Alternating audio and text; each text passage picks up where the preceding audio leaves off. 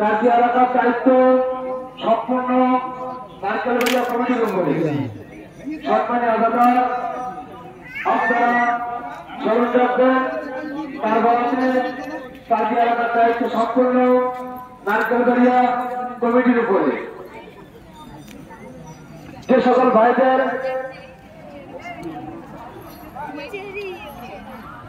সকল ভাইদের কাজিয়ার দায়িত্ব আছে আপনারা দয়া করে আপনাদের জায়গায় চলে যান। সম্মানীয় প্রশাসন আমাদের কাছে বারবার খবর আসছে আপনারা